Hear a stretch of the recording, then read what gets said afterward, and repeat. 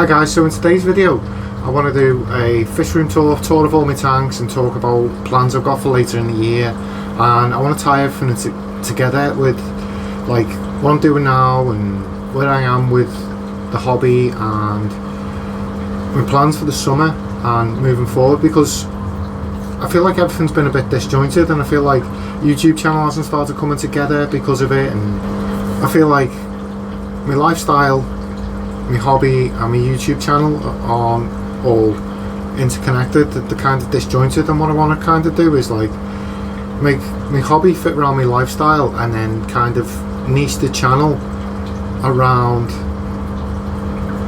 the hobby that I want to do at the moment, which is kind of like low-tech data tanks with breeding projects and, you know, like getting some plants growing outside.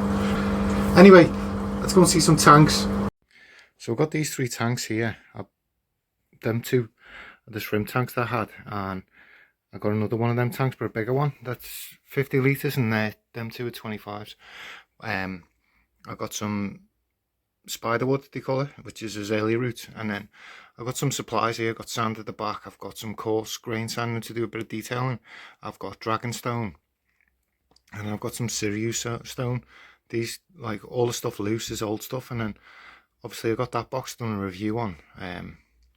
I've got a box down there of Sirius stone, which I was going to do a review of that stone, but it wasn't as good. But anyway, I was thinking of doing like 3 different style of tanks, but obviously I've set the Walstad tank lately, and the Walstad's a method of keeping aquariums, and I've been doing a lot of thinking about how I want to move forward with my aquariums and the channel, and I want it all to amalgamate into one thing that I can just work on and kind of, you know, find viewers that are interested in that type of tank. Because if you watch my videos, I've been kind of bouncing backwards and forwards because I've had different ideas, and I'm only back into the hobby for about 12 months, so I'm trying to figuring out what I want to do. And because of my busy schedule with work and stuff, like I'm leaving at 4 o'clock in the morning, not getting until 11 o'clock at night, and obviously I've got the goldfish and stuff, and doing tons and tons of water changes is not really,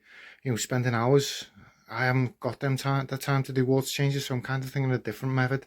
And obviously, like, I love planted tanks, as you know, so what I'm thinking of doing is I've got these two, and originally what I was thinking of doing is maybe doing like a Dutch style tank in this with CO2 and fertilizers and stuff. And then I thought, well, I'm just putting myself in a position where I'm just creating loads of maintenance, because obviously there's different types of planted tankers now.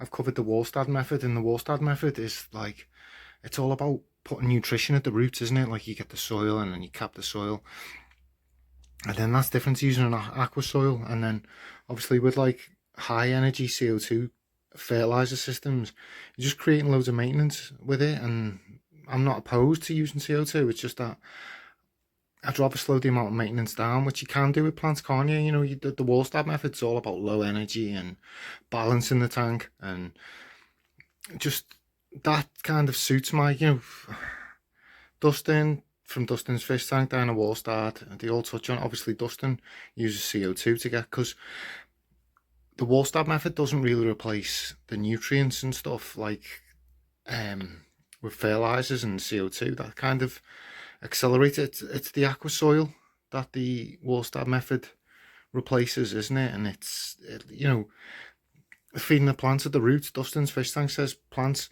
absorb 400 to 400 times more nutrients at the roots. Now, any gardener will tell you can foliar feed your plants, but you want to get the food at the roots mainly. Like, foliar feeding plants just gives them a little perk. Obviously stem plants love that, but anyway, we've got this tank, and what I was thinking of doing is doing like a Dutch style in here, but then, as I say, it's not, I don't want to create myself tons and tons of maintenance. And then we've got this tank here, and like, obviously I got the Sirius stone and the dragonstone, and I was thinking of doing like maybe a corner where it's all in the corner coming out, you know, the triangles to Casio Mano. You want negative space and you want filled space, don't you? What's going on here? And I put bits of wood in to play around with, so there's these, and then there's this one. Obviously, I bought that as earlier.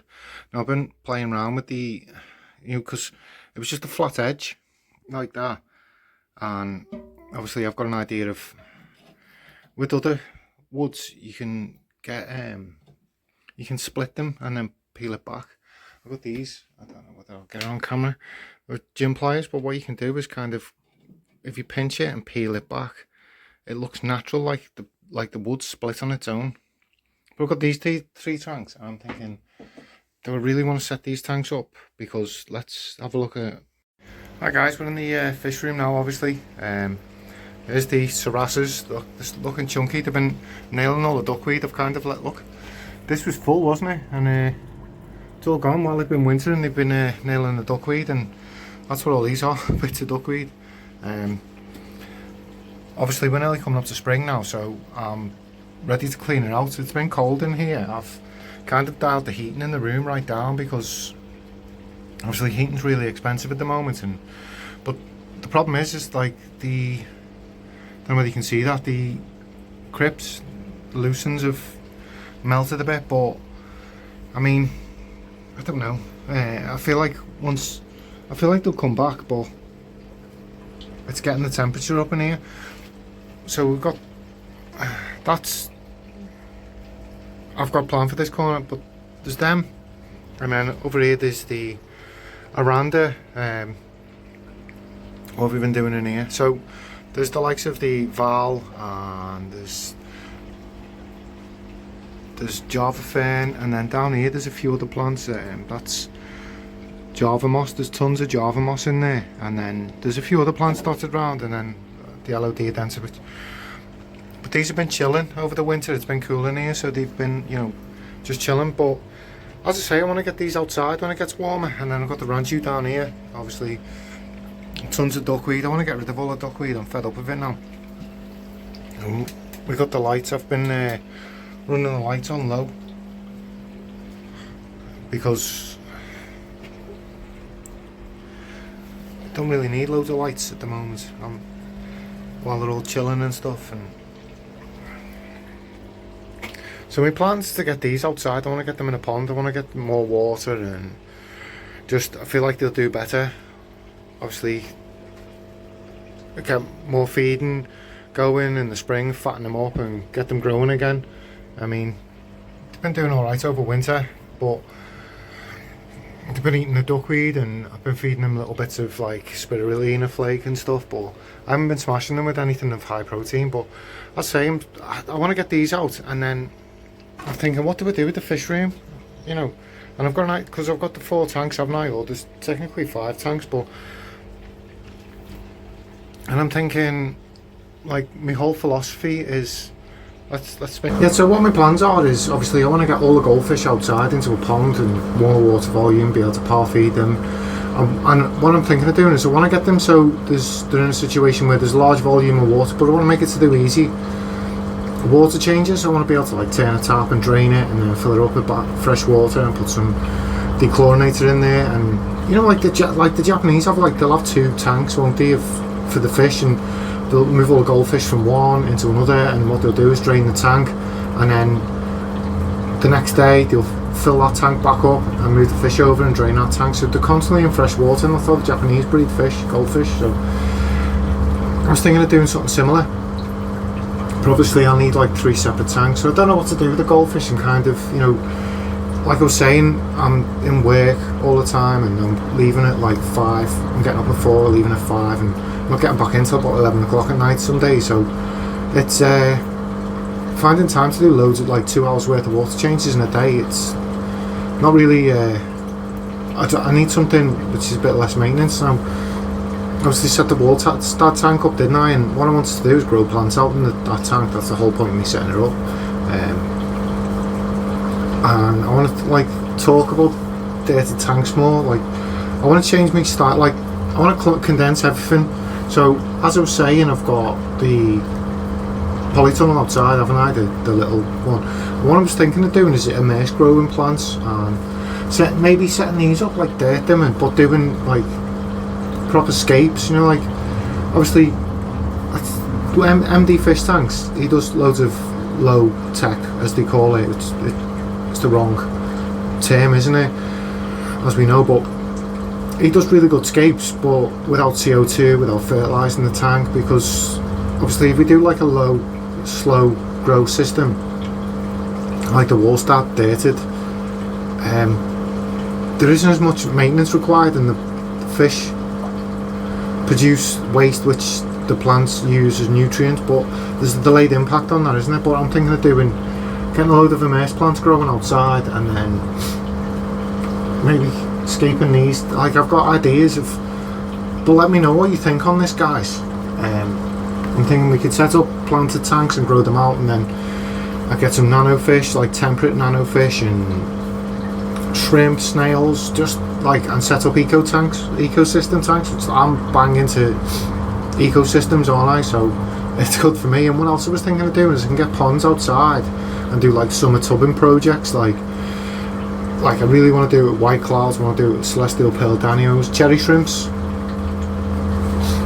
I want to do it with them and snails, and obviously you can get plants growing, and then we could scape these tanks. Well, I was thinking of doing like a massive planted tank with, if we've got dirt, then you know, it's all about heavy roof feeders like Crips, Pongeton, Amazon swords, Vallisneria. There's loads, isn't there?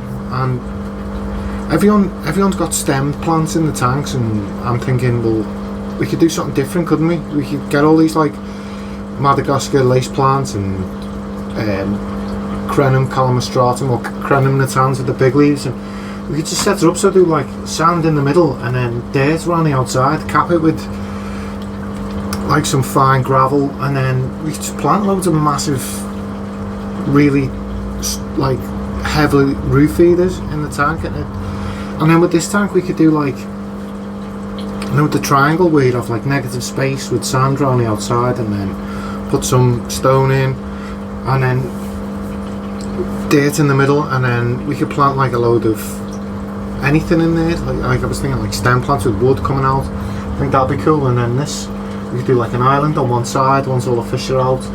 Like, I've got ideas that, like, they're not concrete, they're just, you know, playing with them in my mind. And then with the small tanks in there, I was thinking of maybe bringing them out here and then doing some breeding projects. I'm looking at where they'll be, and then we could do shrimp, like shrimp colonies and nano fish, like I said, like the celestial pearl danios, the white cloud mountain minnows.